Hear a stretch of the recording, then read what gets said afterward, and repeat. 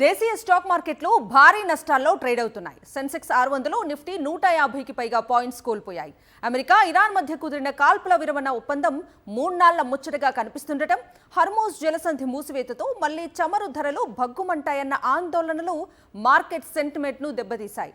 దీంతో ఉదయం నష్టాల్లో ప్రారంభమైన మార్కెట్స్ తీవ్ర ఒడిదుడుకులు ఎదుర్కొంటున్నాయి. భారీ నష్టాల్లో ట్రేడ్ అవుతున్నాయి.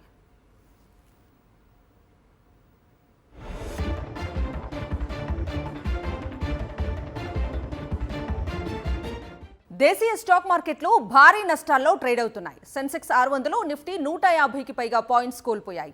అమెరికా, ఇరాన్ మధ్య కుదిరిన కాల్పుల విరమణ ఒప్పందం 3 నాళ్ల ముచ్చటగా కనిపిస్తుండటం, హర్మోజ్ జలసంధి మూసివేతతో మళ్లీ చమురు ధరలు భగ్గుమంటాయన్న ఆందోళనలు మార్కెట్ సెంటిమెంట్ను దెబ్బతీశాయి.